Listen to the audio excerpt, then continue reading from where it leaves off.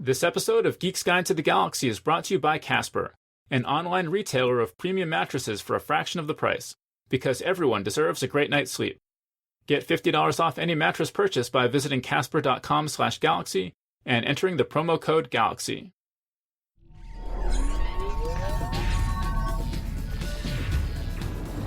Wired.com presents The Geek's Guide to the Galaxy. And here is your host, David Barr Kirtley. Hello, and welcome to episode 223 of Geek's Guide to the Galaxy. Today on the show, we'll be discussing the new HBO series Westworld, based on the 1973 feature film written and directed by Michael Crichton. And this may involve spoilers for the first 4 episodes of the show, so just be aware of that. And I'm joined by 3 guests. So first up, we've got our producer, John Joseph Adams. He's the editor of Lightspeed and Nightmare magazines, and he also oversees John Joseph Adams Books, an imprint of Houghton Mifflin Harcourt. He's the series editor of Best American Science Fiction and Fantasy, and he's also edited many other anthologies, including a book of Weird West fiction called Dead Man's Hand. So John, welcome back. Howdy, partner. Then next up, we've got Theresa DeLucci, making her 7th appearance on the show. She's written about Hannibal and Twin Peaks for Boing Boing, and she's also a frequent guest on Den of Geeks' You Still Know Nothing Game of Thrones podcast. She'll be reviewing Westworld for Tor.com, and you should all go check out her Tor.com article, 6 Guns and Strange Shooters, a Weird West Primer. So Theresa, welcome to the show. Hi, thanks for letting me join your posse again. And also joining us today is Rajan Khanna, making his 6th appearance on the show. His first novel, Falling Sky, a post-apocalyptic adventure with airships, was released in 2014 from Pirate Books, and a sequel, Rising Tide, is out now. His Weird West short story Card Sharp appears in John's anthology, The Way of the Wizard, and a sequel story, Secondhand, appears in John's Weird West anthology, Dead Man's Hand. So Raj, welcome to the show. Let's saddle up. And today's show is brought to you by Casper. If you need a new mattress, just head on over to casper.com/galaxy and order today. The mattress industry is famous for forcing consumers to pay high markups, but Casper cuts out the cost of resellers and showrooms and passes that savings directly on to the consumer. Your Casper mattress will be shipped to you in a small box, and all you have to do is open up the box and watch as the mattress naturally expands to its full size. Casper combines 2 technologies, springy latex foam and supportive memory foam, to create an award-winning sleep surface with just the right sink and just the right bounce.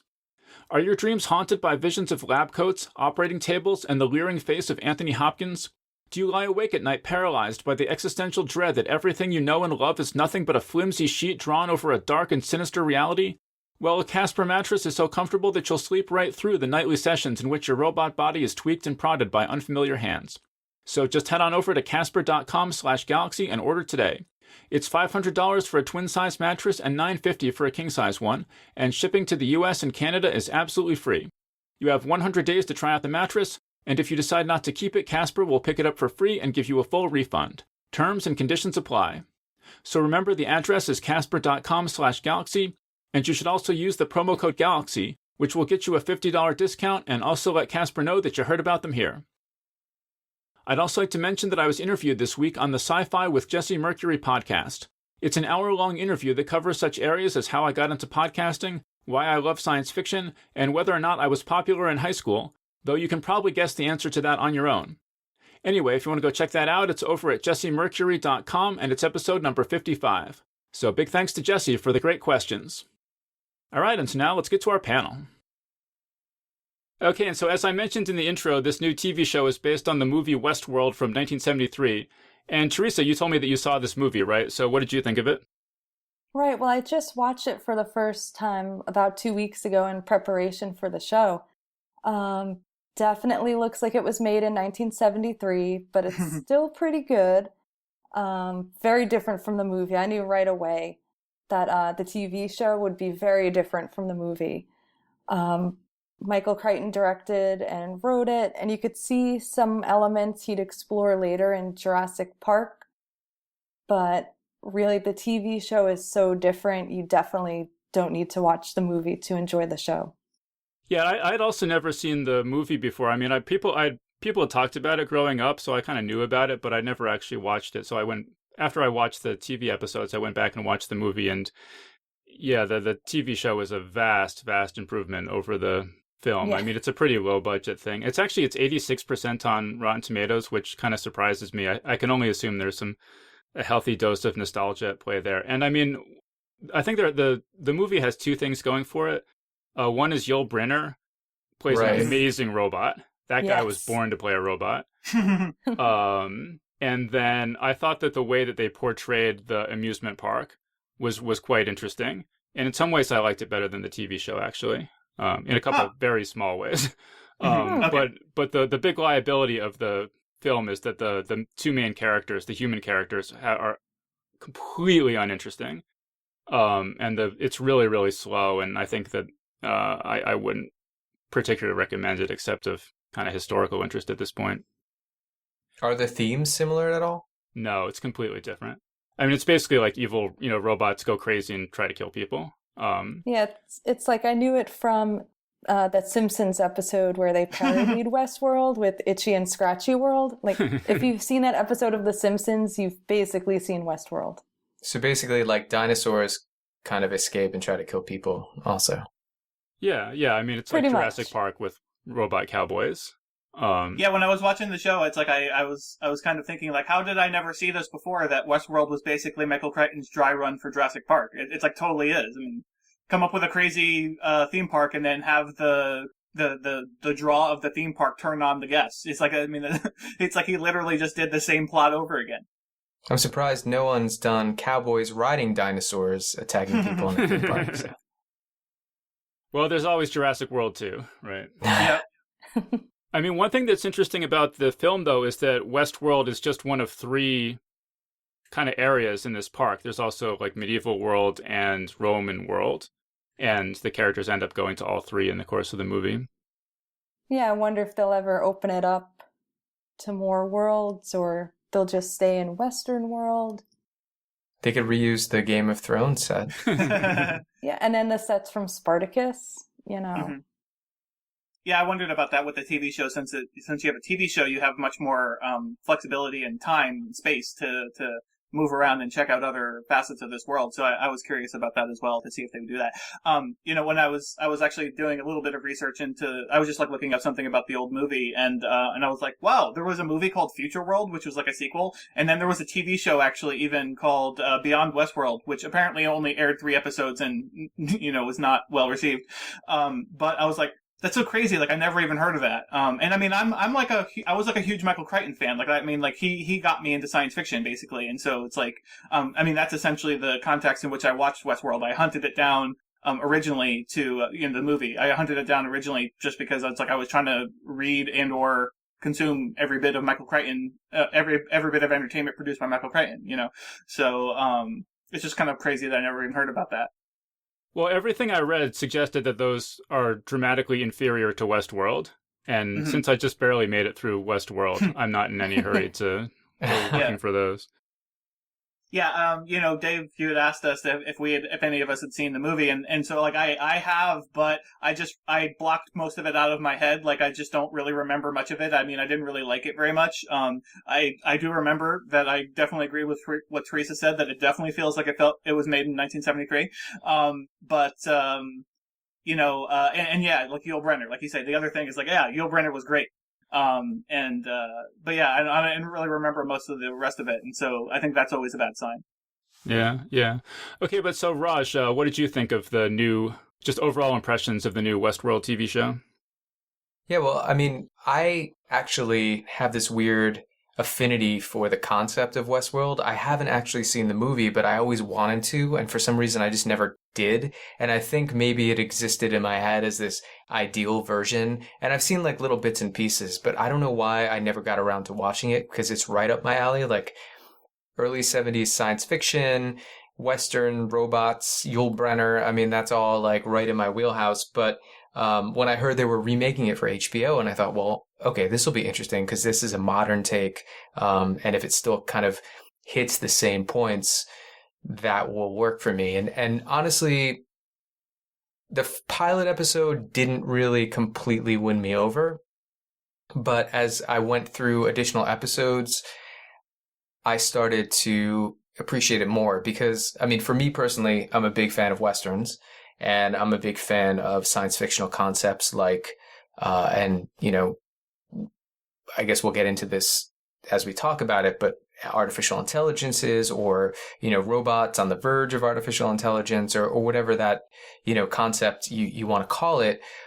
Those two things together, I think, worked really well. Although I'll say, and I mentioned this to Theresa earlier, that I feel like all the concepts worked and intellectually I was really invested in it, but there was something lacking in terms of me connecting with it on an emotional level or some kind of, personal level. And maybe that'll change as the series goes on, but there are very few characters that I felt connected to. Well, so Theresa, I mentioned that you'll be reviewing this for Tor.com. So what's your review going to look like?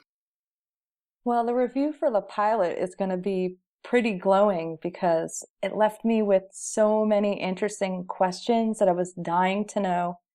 I haven't felt this excited after a first episode since probably Lost, and that scares me because I know how Lost ended up. I used to review that too. I think the show is going to have quite a few comparisons to Lost because it seems like they're coming up with their own Dharma initiative, mythology, and a central mystery. But overall, I love the first episode. I love the first four, in general, but the very first episode I think was my favorite just because everything was so new and it was so different from what I was expecting. Partly because I'd seen the movie, so I had some expectations of what certain characters might be that they definitely flipped around. But yeah, overall, I enjoyed the look of it, the scenery, the music, the costumes, the little attention to detail, and then all of these really interesting questions about humanity's next evolutionary step, which I thought were handled in a pretty sophisticated way. Yeah, I agree. I really liked the first episode. I was totally on board after it. Why was it not working as much for you, Raj? I don't know, maybe because my expectations were high. That's always possible. And I always think a pilot has to do a lot of work. And oftentimes, to me, that's obvious and that it's trying to do so many things at once to give you the sense of what this world is about. But I don't know. I think it's something, I think that was the thing. The first episode was trying to sell the world, but then as they went on, you got to relax a bit and show, there's an episode where a character is introduced to the theme park aspect of Westworld for the first time, and I felt like that was a way better introduction to the audience member because it shows exactly what this experience is about. And so I don't know. I don't know if I have specifics. I just felt like the first, I think honestly it was high expectations and thinking can they do this justice? And it wasn't until I was 2 or 3 episodes in that I saw where the plot was going. And I think that was what I was looking for. All right. So John, where do you come down on this? I really liked it. I didn't have very high expectations at all. As I said, I wasn't a fan of the movie, and I was encouraged by the trailers that I'd seen of it, so I was kind of hopeful, but I was, careful to temper my expectations because they had this really great concept before and it didn't work out so well, so let's see. I really was hopeful because of a lot of the people involved, Jonathan Nolan is one of the, creative team leading the show, and I know Charles Yu, the science fiction writer, sort of published more as literary, but he's a science fiction writer. He's on the writing team as well, and so I was hopeful, but it was very cautious, and so I was really pleased that it just really exceeded all of my expectations, and I'm really excited. I can't wait to watch more of it. And it was one of those things where after we watched episodes, me and my wife would talk about it, and actually we had an hour-long conversation about various theories that we have and stuff about where things might be going and everything. So I think that's always a really great sign. It's kind of an obvious comparison, but the last time I think I had those types of conversations was when Battlestar Galactica was on and was really hit firing on all cylinders before everything got ruined. So hopefully it won't get ruined like that. But yeah, no, I'm really happy with it. And I can't wait to watch the next ones. And, I'm really invested. Yeah. Well, you mentioned that Jonathan Nolan is, co-writing the show basically with his wife, or they're, the main people behind it anyway. And I saw one review that was making the point that there's a lot of memento in this, where all the robot characters constantly have their memories wiped and, are just sort of baffled all the time by things that they don't remember. I don't know, did you like that? The way that it portrayed these characters whose memories are constantly being yanked away from them? Yeah, I mean, I thought that was really interesting, and I liked the way they were really focusing on like Dolores, like they did, and really drilling into that one character and having her be the one that's sort of coming to this realization that, like, that what she believes may not be reality. I thought they did a really good job, and of course, people may know like Jonathan Nolan is the brother of Christopher Nolan, but Jonathan Nolan actually wrote the story Memento Mori that Memento was based on. So obviously that theme goes way back for him, particularly not just that his brother made that movie. It's like, no, I mean, it actually started with his story. So it's not surprising really that he would want to explore that. But I mean, I think it makes a lot of sense in this context, and I think it's a really interesting way to explore that idea. And I saw that, like, when he said that what he wanted to, after kind of going back and reviewing the original Westworld movie, the take that he wanted to put on it was, what if we make the robots the good guys and people are the ones who are horrible and fucked up?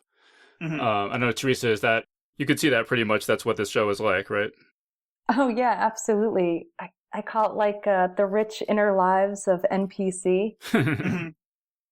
I've played so many Rockstar games, and I remember what a big deal it was in the press when Grand Theft Auto San Andreas' AI was updated to make all the non-playable characters more lifelike. The traffic patterns changed based on time of day.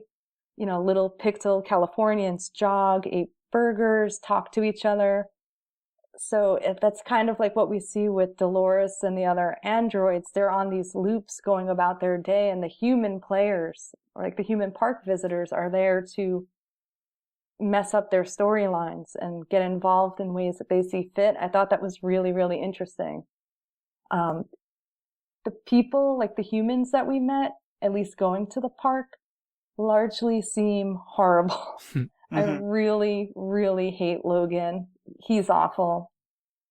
So I don't think I really need a show to show me how depraved humans can be. Like, there's plenty of that on TV. The robots are way more interesting. I'd rather watch them work out their flickering of sentience. I think that's much more interesting. Well, I really did like, though, how they took, like in the original movie, the Yul Brynner character is this sort of cowboy in black, and he's the main villain. And to make him a human who's obsessed with coming back to this park over and over again, I thought that amazing. Was a great touch, yeah. Yeah, and I just to piggyback on what Theresa was saying about the relation to video games, I really like that aspect of it as well. It's like I think it was important to try to integrate that into a show like this that's being made now today, as opposed to in 1973. So I really like that they did that, because I think it would feel very weird if they didn't sort of try to parallel that whole idea of, like, you're walking through a town and like this random person's walking up to you. It's like, oh no, he's just trying to give you some bullshit quest. Like, no, I don't want to do that, Yeah. And it's just like in a role playing game. And so I really like that aspect of it. And it made it feel like realistic to me, like that might be what it's really like. One question I have about like the sort of realism of it is, like, I would like to understand how the guns work, because they clearly are there's something unusual about how they work, and I'm very curious, because like they've had a few shots here and there that sort of make you question, like, oh well, wait, well, he just picked up one of the android's guns, and what does that mean? But then it's like we see one character shoot another. Ed Harris's character, the gunslinger, we see him get shot, and it's like the bullets nothing happens to him. So it's like, okay, well, clearly if a person gets shot, there's some sort of protection that keeps them from getting shot, right? And so it's like, I'm really curious, like, how is that supposed to work? And is that going to be? I assume it's going to be subverted somehow, but if so, like, what's going to be the method of that subversion? Yeah, can I mention just something about the video game thing too? Because I am also a video game player, and I've played tons of Skyrim and Grand Theft Auto and things like that. And I think that I agree that I loved that they picked up on what the modern technology is, because I was watching with my girlfriend and I was explaining to her, who she doesn't play video games, that if you're playing Skyrim, there are people going about their business, talking to each other that don't, or I guess the more recent games, they have their own little scripts, they're doing their own little things, and sometimes you interrupt that and it influences what you can do. But what I found almost like completely horrendous as a video game player is that generally in those games, if you kill somebody indiscriminately, within the logic of that world, the police or the guards or whoever will come after you. And maybe it'll, like in Grand Theft Auto, you can ride it out and you'll be fine in a little while. Or in Skyrim, you could escape and no one's really going to remember it. But the fact that this park caters to people to the extent that they don't care if you go around shooting people or torturing people or whatever with these non-realistic people is what kind of drove it home even more to me. But that's not the Wild West theme, though? I mean, it is, but like you'd think that there would be some, like nobody else ever reacts, or they'll look, but they don't actually say like, oh my God, he just shot that guy. Let's go after him, or let's tell the sheriff or whatever. And I think that's fine because it shows in the show that this is catering to wealthy people who have possibly very disturbing appetites. And that's what it's about. It's not about providing an adventure. I mean, it is for those people who want it, but it's for other people. It's just, let me go shoot a bunch of people or let me go do horribly depraved things in this non-real universe. And that made it even darker for me. Mm-hmm. Well, Theresa, I thought you were going to mention Red Dead Redemption because I know you're a big fan of that. And I saw actually... yeah, that Jonathan Nolan said explicitly that was an influence on this show. Could you talk, like, did you see that influence on this? Oh my God, absolutely. Even down to, all right, Westworld's main town is Sweetwater. Red Dead's main town is Blackwater. There's an Escalera in Red Dead. There's an Escalante down in Mexico in Westworld. The look of it. Yeah, Theresa, the outfits. That like Mexican, pseudo-Mexican city looked exactly like one of the towns in... Chuparosa. It was totally exactly. Chuparosa, which is really interesting. And again, just thinking about like the NPCs and that AI. So in Red Dead, they boasted like over 200 random encounters with NPC programmed to live these frontier lives. You could kidnap a whore and tie her to train tracks for a trophy, or you could bounty hunt and play high honor. But especially in the second episode of Westworld, and I don't know if I want to get ahead or, stop me, but there was a scene that reminded me. Ed Harris gave a speech, and it reminded me of a random encounter in Red Dead where a randomly spawned man wept over the corpse of a loved one. You're alone on the plains at night, and this guy appears, and he's just weeping on the side of the road over this dead body of his wife until he pulls out a pistol and shoots himself in the head. And it's like, why program a suicide? Why have Dolores's parents get murdered every night or her lover get gunned down all the time? And these events happen even if no guests are watching. So are these droids supposed to be like more sophisticated versions of the pedestrians I run over in GTA? Or is it like Ed Harris's Man in Black says, when you're suffering, you're most real? Like, would anyone as a guest buy a constructed world as authentic if there was no pain in it? What do you think, Theresa, about Raj's point that in Westworld you're allowed to kill people indiscriminately in a way that you couldn't in most games? Is that true of Red Dead Redemption, that there would be more consequences to just gunning down random people? Oh yeah, I mean, the posse will come after you, like a posse of marshals, and then like as it gets more serious, like I think eventually like the army will come. I think what would sort of make it somewhat more realistic or more analogous to video games is if in the show if the park like would fine you for each indiscriminate murder that you did that wasn't part of like a narrative. Like if you just go around, like there's one scene where this guy, he just like shoots up the bar like just for no reason. He just goes out and shoots everybody. He's not role playing. He just decided to go blast everybody away.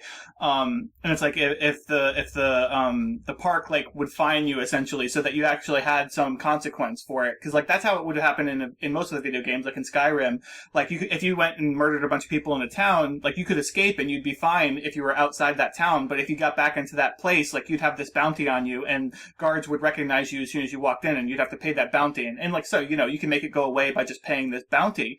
But depending on how bad you were, it's like it might be significant, So I thought that would actually help in the show to explain some of the sort of culture that they're sort of playing with there. But also, one thing that bugged me about the way the park works is that, I was saying how the human guests can't be killed, right? Which obviously that makes sense. But, and one guy gets shot who's a human, and he discovers that, like, obviously he didn't get killed, but it did, like, hurt a little bit, like, and he was surprised that it actually hurt a little bit. It wasn't just pain free, but so that's good. But on the other hand, like, you don't have like a health meter or anything, like, so you can just run into this building full of bad guys and like blast everybody away, and like, maybe you're going to get shot a few times and maybe it'll hurt a little bit, but like you'll be fine, like in terms of the narrative. I wish that there was some way that they could actually like sort of take damage so that, you can't just go and run indiscriminately. It's like you got to play the game. You got to play, because otherwise it's like it kind of makes it seem like a little bit pointless to some degree. Yeah, like a cheat code. Yeah. Yeah, it's not a game, though. That's the thing. And it's not a role-playing experience, which, if that were the case, you would have police, you would get thrown into jail, you would kind of, maybe if you got shot, you were like a timeout for a little while. It's more of a, multi, like a whorehouse that reaches beyond sex, in the sense that you can do violence and you can go on adventures and you can do all kinds of things, but it's catering towards base desires for the most part. I mean, obviously there are some people who they've shown in the show who go there and they want to play the bounty hunter and they want to do the things. But again, how much real risk or how engaged can you be if you know you're never going to get hurt? You know what I mean? So you could storm into the bad guy's castle and just shoot everyone and take as many shots as you want. But that's the thing about games, that I think if you're a gamer, you play for the challenge too. You don't want to just walk in and be able to do anything because you're trying to figure it out. Or in role-playing games, I think a lot of people, they're trying to play a character, like, how do I get into this sealed place? Do I stealth into it? Do I just run in, attacking or whatever? So, and that's, it's fine that that's what this park is about, but to me, it makes it so much more of a dirty place. Not dirty in the kind of moral sense, but, well, in the moral sense, but not. Anyway, you know what I mean? But, yeah. Well, I want to pick up on John's thing about the guns, because I could go on for an hour about sort of logistical questions I have about this, but sure. I don't want to like overkill that, but just a couple of things. Like, I was never sure how often they reset the robots' memories. It seemed like the different things seem to contradict each other, and then it just seems like so ridiculously dangerous for a place that's supposedly safe for the guests. It seemed just ridiculously dangerous, even when they're having like the horse pull the safe out of the bank and run it through town. Like, how can you just have robots doing that kind of stuff without an unacceptable risk that the guests are going to be injured in the middle of this, Actually, Dave, can I just, in response to what you just said, one thing that kind of tied into what I was saying before is, what's interesting to me is that all of this is happening at the same time, and the timing is very unclear about how this stuff loops, because let's say I'm in Westworld, and let's say John's in Westworld, and I'm going to be sadistic and just start shooting people up. But he's there to actually go on an adventure, and he wants to talk to the old prospector, or he wants to talk to somebody who's going to send him on an adventure. And I just go ahead and shoot that dude in the head. Isn't that interfering with his experience? I know that the park is catering towards everybody, but you'd think that they would have some rules in place so that one guy doesn't ruin everything for everyone else. Well, but that kind of comes up in one scene, right, where there's two of the guests are at loggerheads, and they can't shoot each other, but they can threaten to shoot the robots that the other one wants for their storyline, right? Yeah, that's true. Right. Yeah, but I think Raj makes a good point. It's also like from an economic standpoint, it's like it also is confusing, because like if this one guy who goes up and shoots up the bar, it's like he paid the same daily fee to get into the park as anybody else, and yet he just caused so much damage to all these androids, because it's like they have to like you see the behind the scenes thing where the park staff are basically rebuilding these androids almost from scratch, like when they get all shot up and stuff, like they have to like clone new bodies, basically. And so it's like, if that one guy can just do that without any repercussions, it's kind of ridiculous. And yeah, but I mean, it also comes into play when you say, like Raj says, I mean, yeah, it's going to interfere with the fun of everybody else who wants to come in and not just indiscriminately murder people. What if what we don't see is like Westworld is like a cruise, except at the end, like you think it's all inclusive and they hit you with like the saloon bill. Yeah. Except now they hit you with a dead robot bill. And it's like another $40,000 right there. And that's what the Man in Black is about. He's the most disgruntled customer. Yeah.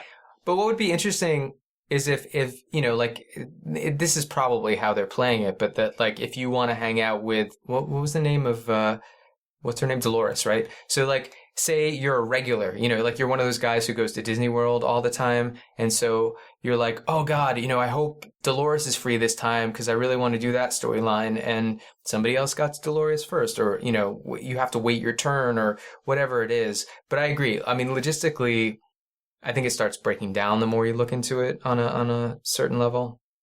Yeah, I'd kind of like to see them pull back outside of the park at some point so we can see, like, what the perception of this park is in the real world. I mean, I don't know that would be an interesting episode, but I'm very curious about it. Like what Dave was saying with the safes getting pulled out of the bank and all that, and or not the bank, but the safes getting pulled through the street and everything. It's like, it's so dangerous, right? Like, I can only imagine, like, just hundreds and hundreds, maybe thousands of people have died in this park, you know, even with all the safeguards that they have. And I mean, I can imagine other safeguards, like, when that particular set piece is happening, they're going to pull the safe out, you know, with the horses and everything. You know, I can imagine they had, like, certain androids who are just basically background characters who are designed to sort of make sure that the street is clear or something like that. But still, even with that kind of protection in place, it's like people are going to get trampled and stuff. But I mean, I'd be really interested to see, like, what the real world perceives this park as, because it seems crazy, you know? Well, let me say, John, because I think that, like, it was, from a plausibility standpoint, they kind of try to have it both ways, where this is like Disney World, where people just kind of come on a lark and bring along the wife and she's not that into it and stuff like that. Yeah. And it's also like a big game safari hunt, or like climbing Mount Everest or something, where it's super dangerous and you're paying a lot of money to do it. And only people who are really, really motivated, it seems, would be interested in it. Yeah, and I think it should be more like the latter. I could believe it where, you know, you're signing all sorts of waivers that, you know, you're risking, you know, getting injured and all this stuff. But they did say that if you stay in the center of town, you're probably going to have, like, you know, the kind of relaxed, I'm in the Wild West experience. And the further you went out from town, it got more dangerous and more kind of risky. And so I think, to me, that's how they set it up. So, like, if you come with the family, you just stay in the center of town, and maybe one day, you know, the husband goes off to, like, do some kind of risky thing, or the wife goes off to do some risky thing. And, you know, I don't know exactly how that's clear. We have obviously seen in the first 4 episodes some dangerous stuff happen out in the wilderness. But on the other hand, I agree that in town it seems pretty dangerous too. So yeah. Yeah, I mean, in the middle of town is where the safe thing happened, you know, so. Yeah. You know, I totally get what you're saying, though, Dave. That makes a lot of sense. Like, yeah, like, that would make more logical sense to me. I also want to say quickly, John, your thing about what is the outside world like, because that's another thing that just doesn't seem really to work in the show to me from a science fictional standpoint, is that everybody comes here and doesn't seem to know what Westworld, how it operates at all, when they've paid all this money to do it. And the idea of, like, having sex with a robot is something like a lot of them doesn't seem to have even occurred to them, really, you can do this. And it seems like this is the only place you can have sex with a robot. And I just don't understand how this park could exist in a world where having sex with a robot isn't something you could do outside the park. Like, why would that be the case? I mean, the only thing I can think for that is that this guy pioneered these robots, and they're the only ones. He's got, like, some sort of patent on whatever makes the artificial intelligence work. So, I mean, I don't know. But yeah, it does seem incredibly hard to believe that people would go there and not actually realize that's a thing that you can do at Westworld. It's like, that's the main selling point probably for half the population. You know, so it is a little bit ridiculous. Can I ask a question about, to you guys, because the sex thing brought it up in my head. Do you think, based on what you've seen, that the androids are made out of living tissue or something approximating living tissue, or do you think it's all simulated? Yeah, no, it seems like it's some kind of a very realistic tissue, if not actual flesh. I mean, the way I think that's one of the things that wasn't clear in the in the preview episodes we saw, because I think that those visual effects were not final. So like when they were building the androids, we couldn't quite tell like how was that happening. Like I was imagining that was a stand-in, and that they were it was actually gonna look like they were building real flesh onto these robots, because when they get shot up and stuff, it's got to look realistic, right? But yeah, I was imagining that it was more like they were more like biological, like sort of like the like the 7 androids, or the 7 in Battlestar Galactica or whatever. Is that how many there were? Or the 9 or whatever it was. The advanced ones, the ones that look like people. Like I imagine that it was like that. Where 6. Well, no, She there was was more one than of them. 6. 6 is one of them, yeah. But anyway, I imagine it being more like that. Like, and I kept thinking of Battlestar Galactica while watching the show, obviously, and I was like, well, they're not going to make the stupid mistake of identifying how many androids there actually are, or how many models there are, so that people can mark them off as they as they disappear or whatever. Wait, I want to go back to the sex thing for a second. Like Teresa, Teresa, what did you think about like the robot sex and nudity and all that kind of stuff in the show? I had heard a lot of talk about the portrayal of rape in this show actually before I watched any episodes, and I was kind of warned by the blog manager at Tor.com, like, hey, you cover Game of Thrones. I'm hearing Westworld it's kind of rapey. Is this something that you want to cover? I mean, because if you're tired of that from Game of Thrones, then it's cool. You could just say you're not interested. But I think the show handles rape and consent and sex really interesting, because it's asking you to ask these questions about what is intelligent, are they living? What are they? What are the droids? What are they? I keep calling them droids, but it sounds like C-3PO and everything. But they're a lot more sophisticated.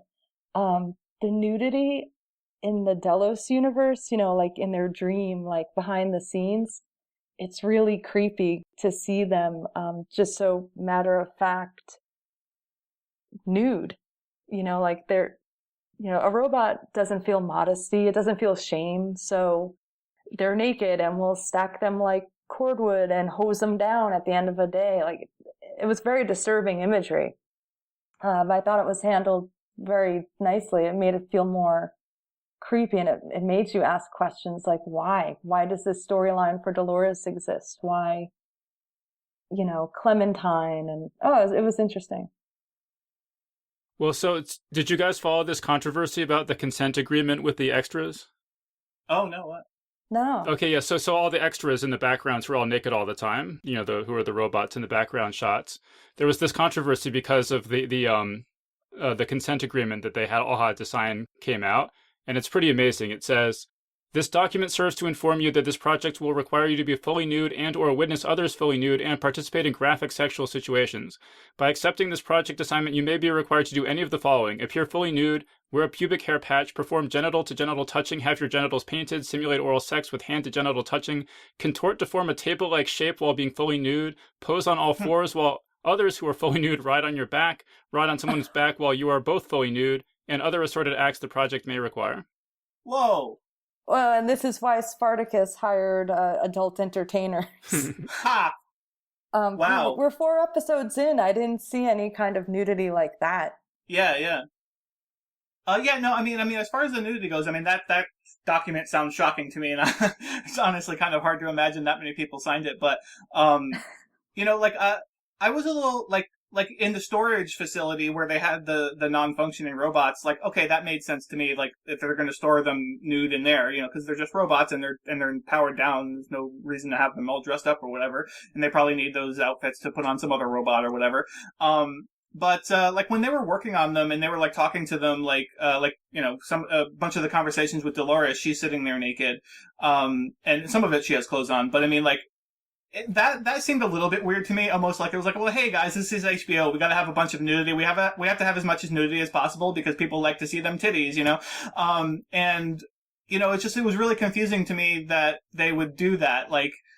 Even to the extent where I think I think it was Anthony Hopkins' character, like saw somebody who actually had one of the androids covered, and he goes over and takes it off of them. So like, I guess just to make the sort of info dump point that like, oh, robots have no shame, so they there's no reason, they don't have any modesty, there's no reason to cover it, which obviously you would understand. But I just thought it was weird that they emphasized that they had to be there naked all the time. It's like, well, if they're just going to fix them, I mean, if they're just going to be fixing something in their head, laundry, mended. I mean, maybe. It just, I don't know. Weird. It felt a little exploitative, but See, Raj, what did you think of the robot sex and the nudity and stuff?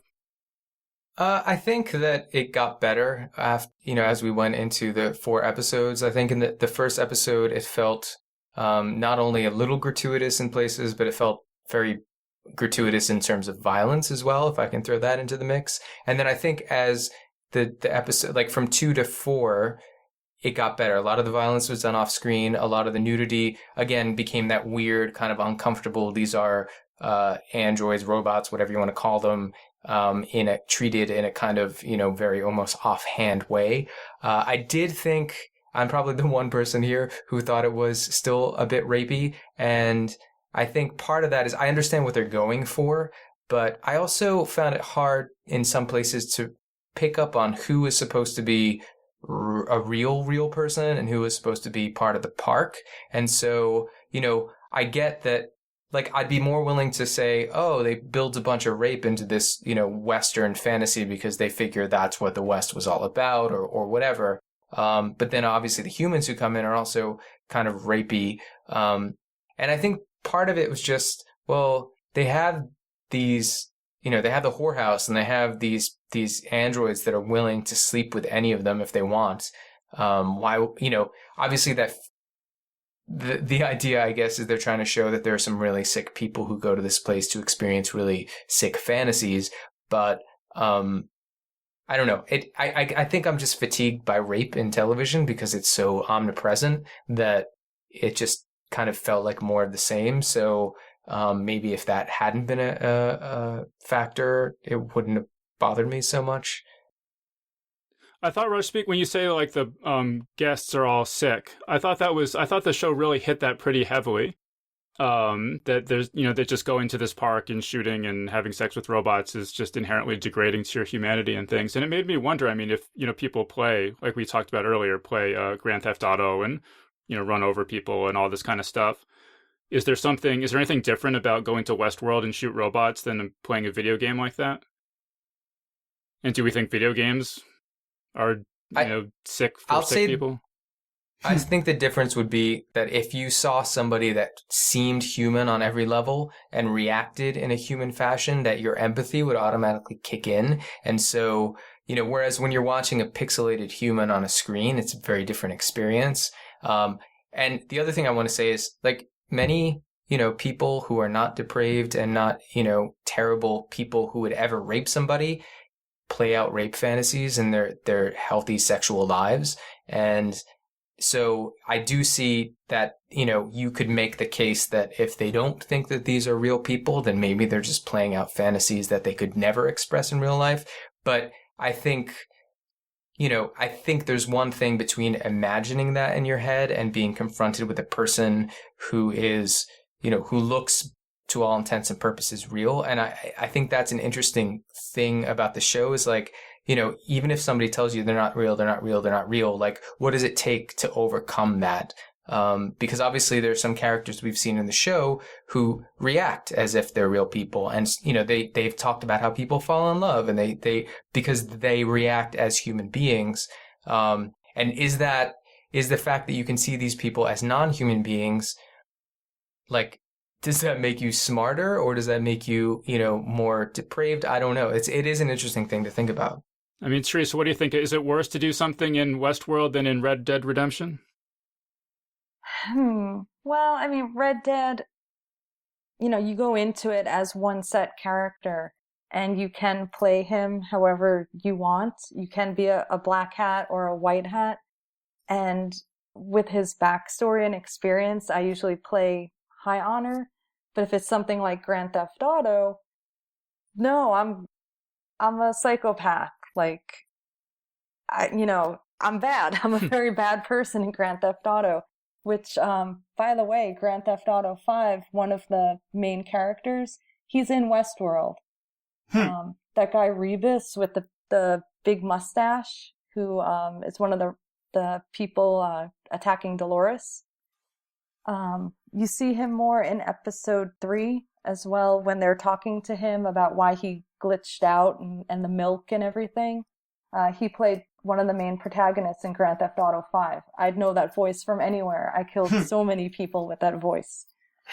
But with Westworld, I would say, no, there's not as much difference between that and Grand Theft Auto. But what makes it different now, watching Westworld and knowing that the androids are starting to come into consciousness, then it's absolutely wrong to be treating them like you do.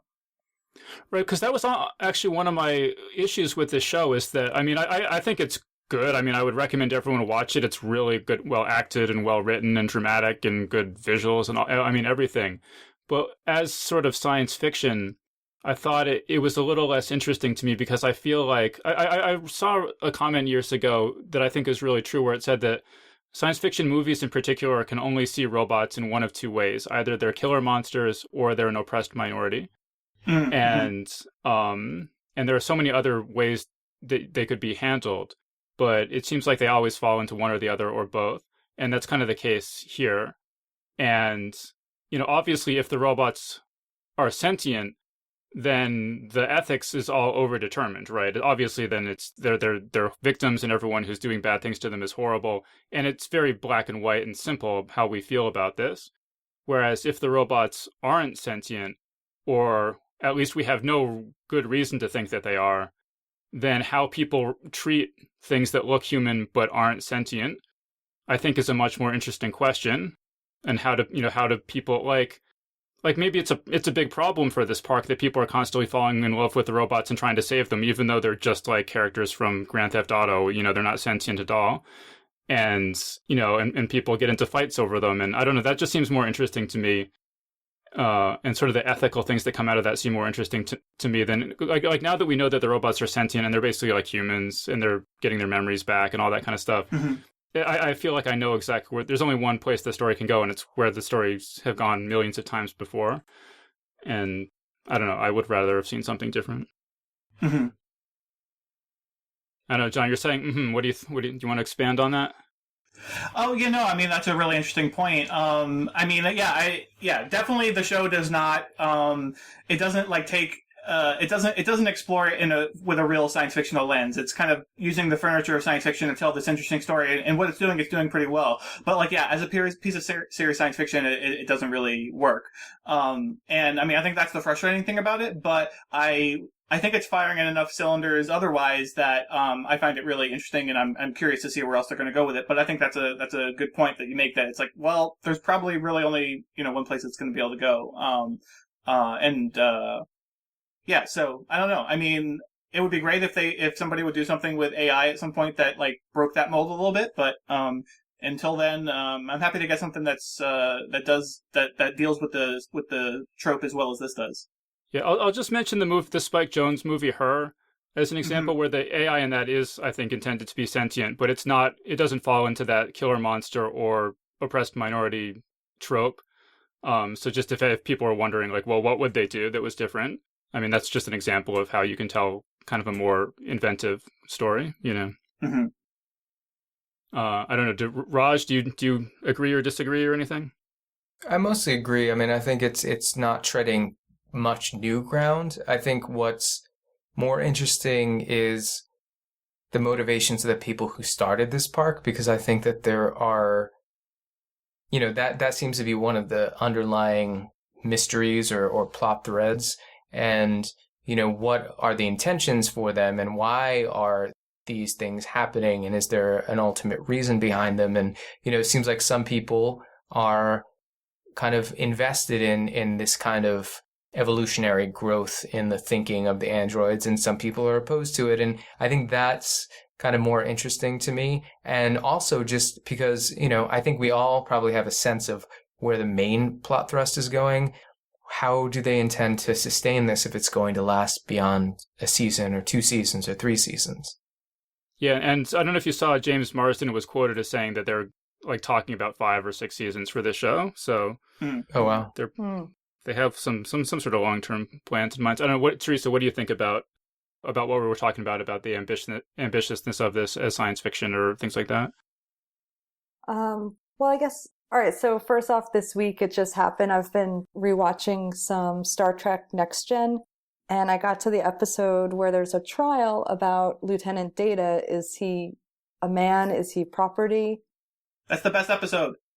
It was fantastic. And I'm like, oh, wow, it's really funny that I got to this episode while I've been watching all this Westworld, because I thought in like their little hour, they kind of summed up this great quandary, at the center of what's the androids, So I pulled up a quote from the captain, not Picard, the judge in that episode saying, "It sits there looking at me, and I don't know what it is. This case has dealt with metaphysics, with questions best left to saints and philosophers. I am neither competent nor qualified to answer those. I've got to make a ruling to try to speak to the future. Is Data a machine? Yes. Is he property of Starfleet? No. We've been dancing around the basic issue. Does Data have a soul? I don't know that he has. I don't know that I have. But I've got to give him the freedom to explore that question himself."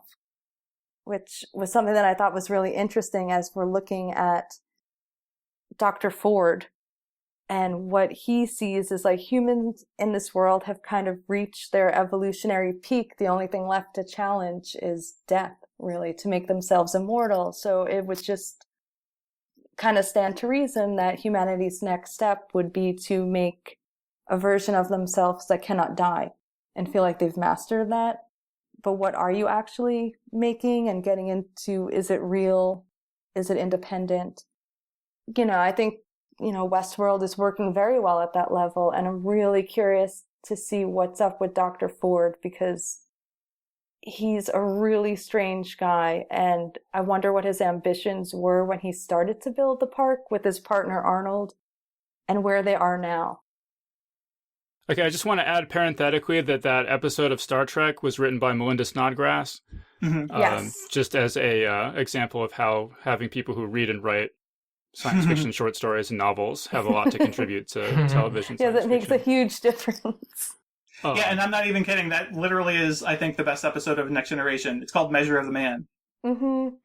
Man, I've got so many more episodes to watch, though. No, that was it? It's all downhill from here, sorry. Damn it. Dave, I think what you're saying is that television should hire all of us to write for their TV shows. I mean, I don't want to say that. Hey, man, I made my big pitch when we were talking about Star Trek. And, yeah, that's true. Brian Fuller never came calling, so, I don't know that this is going to work. All right, but it sounds like John... Did anyone catch... Oh, I'm sorry. All right, so Dr. Robert Ford, that's Anthony Hopkins' character. Raj, I know you've seen the movie. I think we watched it together. Robert Ford is the name of the man who shot Jesse James. Oh, yeah. That stuck out to me, the assassination of Jesse James by the coward Robert Ford, which was a great postmodern Western. And I'm like, where are they going with this name? Yeah, it's an interesting point. Yeah, I didn't think about that. All right, well, John, it sounds like we're getting into the section of this discussion that we previously agreed might want a extra super special spoiler warning.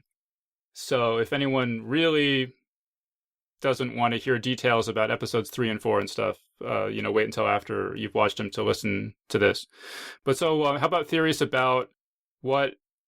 I mean, so there's the issue of like, what is the main project of this secret group within, the park hierarchy? I mean, I think they're definitely going to create, there's some people obviously who want to create sentient life. I also have a feeling like they might want to be getting these robots good enough before they can release them to the mass market. And so that they're planning to just, mass produce these robots now that they've kind of got them perfected, and just have them in every house. And that's going to have profound ethical implications, that it's not just going to be a few hundred of these things. It's going to be potentially millions of them. being mistreated by humans. But John, you said what are your you said you have some ideas about where you think the story might go, or Yeah. So, and like now I'm just going to throw this theory out there, and it's like I feel like I have a bunch of the puzzle pieces, but I'm not sure how they go together quite yet. So if it doesn't really quite make sense, like, keep that in mind. But, so Ed Harris's character, I actually thought that he was an android until somebody in the park recognized him. So somebody, like a real person, recognized him as being some philanthropist. And he's never named. But up until that point, I was like, oh, I thought he was maybe an android, possibly partly because his character is the most analogous to Yul Brynner's character from the movie, which, and he's a gunslinger that goes crazy and starts, killing guests. So Ed Harris, I was thinking that he maybe was that same character, but yet he had discovered some way to protect himself against the guns that, like the same way real people have that protection. Because we see somebody shoot him and he doesn't get hurt.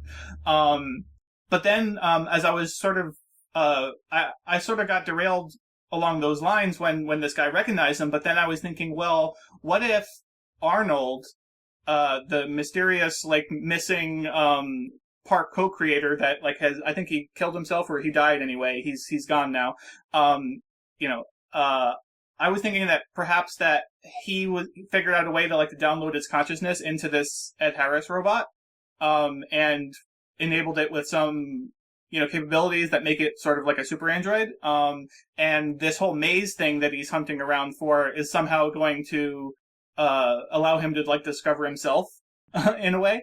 So I don't know, I felt like there was a lot of pieces that supported that theory, but a lot of it's all sort of just guesswork at this point. But I still feel like there's something not right about that guy. He's not just a regular person as he seems to be.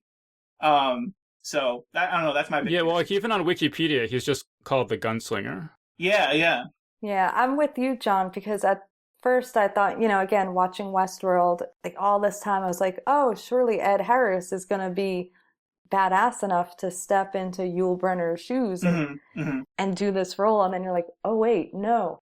But then I thought maybe he was right, so he's not an android. Then I thought, what if he's a manifestation of this contagion malware that's, short-circuiting the robots in this existential way? Is he the one who planted the gun by Dolores's ranch? He's wanting everybody to remember, and he seems to be going after the older robots in the park, ones who have had really long-running stories, several iterations. I think of Dolores's dad. That actor was fantastic when he's just so flummoxed by this picture of a woman in modern times that he can't even get out his sentence of saying I wouldn't have it any other way. He just stumbles over it, and then they decommission him. He had that old story that was part of a cult in the hills, and it seems like there's something to that horror narrative that's starting to come back, and it's one of the older storylines in the park, and the Man in Black now was around for that for some reason. Was he a third partner or something? How does he know all of this? Does he, Yeah, but, for until a human from the outside world recognized him, I thought maybe he was a virus. Mm-hmm. Interesting. I mean, why do you think, I don't remember actually a lot about Arnold, but sort of the impression I was left with was maybe that he had killed himself because he had discovered that the robots could become sentient and was consumed by guilt over how they had been treated. Mm-hmm. And maybe Anthony Hopkins knew that, maybe he killed him, or maybe he, kept secret the reason he had killed himself or something like that, because he's continued to, because obviously he cares about the park more than he cares about anything else. Yeah, well, my theory with that is, I hadn't actually thought of it until you just said it, but that kind of fits with my theory still. If he tried to stop Anthony Hopkins from continuing down this line of advancing the androids and stuff, and continuing to use them this way, even though they're becoming sentient. And so he finally got to the point where he couldn't, make any headway in convincing him. And so, trying to destroy it from the inside is the only way he saw that he could save everybody, and so like he would create this version of himself, and then download himself into it. Although if he was going to do that, it doesn't actually make sense that he would make himself look exactly like himself, because then Anthony Hopkins would be able to recognize him. But I don't know. I mean, that kind of potentially fits, but yeah, I don't know. I think that my first thought was that he was Arnold himself, and that everyone says he died, but there was either he went off, he went actually just deep into the world, kind of went off, but why wouldn't they be able to find him? But I do like the idea of downloading the consciousness, because I think that's hinted at, that's the aim of several people. Like, for example, I don't remember what Jeffrey Wright's character's name is, but Bernard. So it seems like his ultimate aim at this stage is to recreate his son in this kind of level.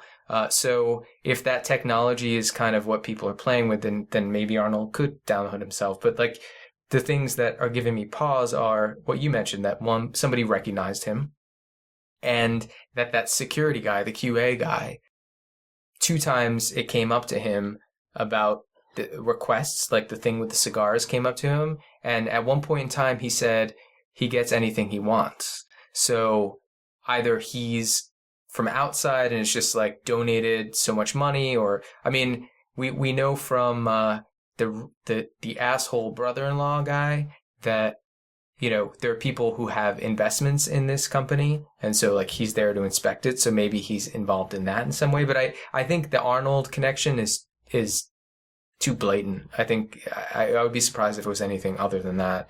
But the question is like, what's going on here and what's the labyrinth or the maze? Sorry, and like that's actually the most interesting thing to me of the storyline moving forward. So I'm interested to see where it goes. But it sounds like Hopkins wants to keep these things as just servitors and non-sentient creatures, whereas Arnold, it sounded like, wanted to give them more. That was my interpretation. Mm-hmm. Well, so in preparation for this panel, I went back and listened to our Weird Western panels that we did, Raj, that you joined us for. Yep. There was one we did in episode 90 and then one in episode 109. And in episode 90, we talked about Weird Western movies. And one of the big takeaways is that there aren't very many good Weird Western movies. And pretty much The Burrowers was the only movie that we really endorsed as being any good. But I thought that this was pretty good. So I'm just curious, do you guys think that where do you think that this show stacks up in terms of other fantasy, sci-fi, Western kinds of things? Is it near the top, or I don't know, how would you rate it? I wouldn't call it Weird Western at all. Me neither. There's absolutely no element of weird to it. Well, there's like robots. Yeah, but that's not weird. That's science fiction. Well, see, my issue is that it's not really a Western. The Western is is it like a mini part of the science fictional aspect of it? I do think it's a science fictional Western thing, and I think in those terms, it's probably near the top of the kind of things that I'm used to. I mean, I wouldn't probably rank it as high as Firefly, but that's because I just love that show, so... Okay, so like you guys, you're being very specific about the genre here. Like, I mean, I thought that I was into like keeping up these subgenre boundaries, but okay, like no, Firefly is not a weird Western. That's a space Western. That's different. That is different. Yeah, that's a different weird. thing. That's but I did specify space. I did specify Western things. So, but this would fit my definition of weird Western, because I use weird Western to just mean like a Western that has science fiction or fantasy elements. Because like Wild Wild West, the Will Smith movie, like I mean that's obviously that kind of that feels like it fits into this genre. Although that's all like science fictional in terms. I mean, not like realistic or anything, but I mean it's like it's robots and shit. But like I mean I think this definitely qualifies, or at least is worth talking about in the conversation. And I mean, as far as that goes, like, I mean, I would say, yeah, definitely toward the top. I mean, is it better than Burrowers? I don't know. I mean, I'd have to rewatch and compare them. And of course, this is incomplete. We've only seen the first 4 episodes, but, I'm really excited about it so far. And I mean, I think it's, there's so little competition, honestly, that, I mean, it's like, well, by default, of course, it has to be amongst the top, because there's so much terrible, that it doesn't have, it's not a very high bar that it has to clear to be among the best. But even that said, I do think it's definitely, toward the top there. Right, and I'm going to attempt to justify my defining this as weird Western because, as I've said, I don't think that this really works too well as science fiction. I really think that this is like horror and Western.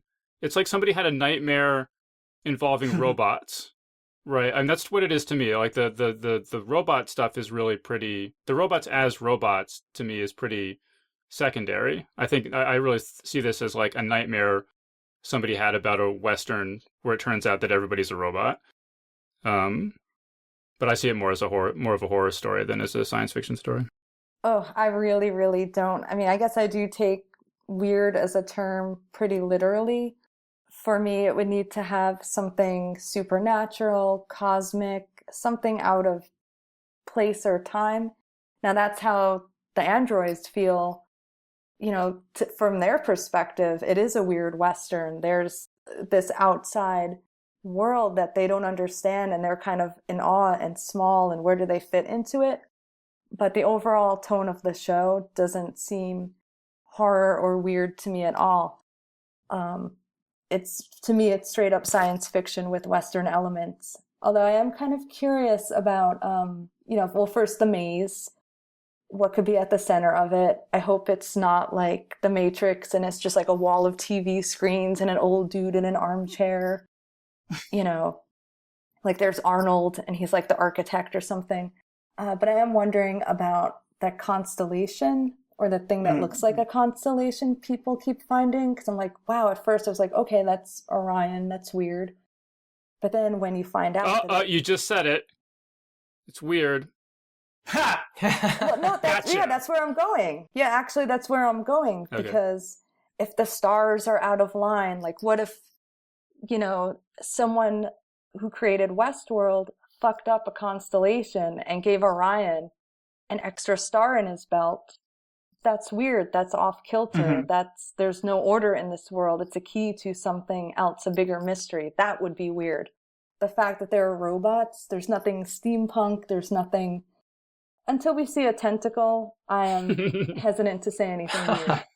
I strongly suspect they're going to get to the center of the maze, and there's going to be a button you have to push every hour or whatever. Then I'm out. J.J. Abrams is a producer on this show. That's true. He is, but this show, the way it's treating its mythology, at least in the first couple of episodes, reminds me a little bit of the other Lost creator, Damon Lindelof's, his drama, The Leftovers. Why'd you have to mention that name? Sorry, I couldn't hear what show you mentioned because John was going, so loudly. Yeah, I guess I don't really know what else Lindelof has done since Lost, except for this other HBO show that I'm watching, The Leftovers. It kind of approaches its center mystery in a similar way to Westworld. It's like, okay, what caused the rapture event on The Leftovers? And they answer it with this restraint and basically ask you to ask a different question. Does it matter what caused the rapture when no explanation will cure the characters of feeling like utter shit? So there might be a larger dream within a dream at Delos, and perhaps maybe that's what Ed Harris wants. But will any revelation be as interesting as watching the android's next evolutionary step as it's happening from their point of view? And I don't think it will. Or I think maybe a lot of Lost and Galactica and a zillion other shows have kind of made me lower my expectations just a little bit and not try to hope that anything will ever be answered in any satisfying way, ever. All right, well, I think that's a good note to end on. So, I don't know. Do you guys have any... Yeah, we should wrap this up because we're pretty much out of time. Do you guys have any other final words or anything? So, I know, Raj, any final thoughts on Westworld? Just that I'm interested to see where the story goes, and I'm slightly annoyed that I have to wait a month until a new episode's air. How about John? Yeah, no, I mean, like I said, I'm really happy with it so far. I'm really curious to see where it's going to go. I'm not too tied onto my theory there, so I mean, if it goes in some other direction, I'm not going to be disappointed or anything, but I'm really curious to find out if I'm right. But yeah, I mean, I don't know. I like it a lot. And Theresa, anything else you want to add? Yeah, I'm really curious to see where Dr. Ford is going with his big narrative that's taking over the world. And you're getting a little hint of him as a very powerful designer. At first, I thought he was kind of like the sad Vincent Price inventor in Edward Scissorhands. You know, we've seen that character before, but now that he's kind of demonstrated some of his power over the world that he's created, I'm really interested in seeing what this bigger, deeper storyline is. And yeah, I mean, it's an HBO show. This definitely has that HBO pedigree of cast and acting and music, visuals. It's good. It's giving me a lot to think about, and it's pretty fun too. And I think once I get a better handle on some of the characters, I'll definitely find some more charm in it. Yeah, and I'll say, I mean, I really loved the first 4 episodes. I blazed through them, and I'm definitely looking forward to seeing more. I think that, like, I'll probably be totally on board for the first season. I'm a little skeptical about this going to 5 or 6 seasons and me sticking with it. But if it does, they're going to need to, I think, mix things up a lot more, and more than just, you know, robots, good, people Tentacles. bad. Yeah, more tentacles. I will say I am a little worried that it's all going to go terribly awry somehow, because it is that type of like plot, like you know, you described, like comparing it to Battlestar Galactica or Lost. You know, it does have that same kind of plot that it's like, I am worried. I've been burned before, so I mean I am concerned, but I like it so far. All right, cool. So yes, I think we're going to wrap things up there. So we've been speaking with John Joseph Adams, Theresa DeLucci, and Rajan Khanna.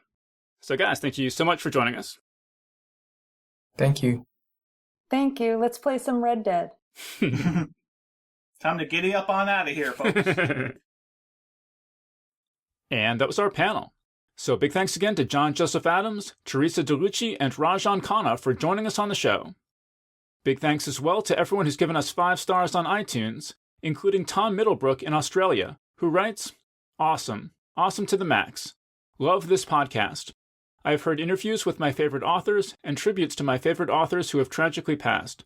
David always has an incredible amount of background knowledge of his interviewees, and I've been introduced to many new authors and books through this podcast, as well as gaining an insight into the trials, tribulations, and pleasures of professional writing. Learning that people like Michael Swanwick have numerous stories going at once and can spend years on a particular story is reassuring to an aspiring writer." So big thanks again to Tom Middlebrook for that great review. Special thanks as well to Joshua, who just signed up this week to support us on Patreon.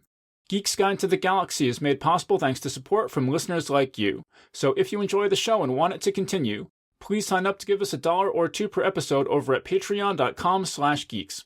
And if you'd rather make a one-time or fixed monthly contribution, you can do that via PayPal over at geeksguideshow.com/crowdfunding.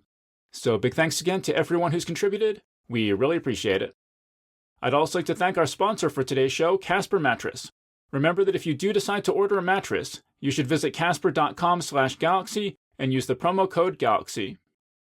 Alright, so that was our show. So thanks everyone for listening, and we'll see you next time. The Geek's Guide to the Galaxy is a production of Wired.com. For more information about the show, visit geeksguideshow.com. To learn more about your host, visit davidbarrkirtley.com. Music and voiceover produced by yours truly, Jack Kincaid.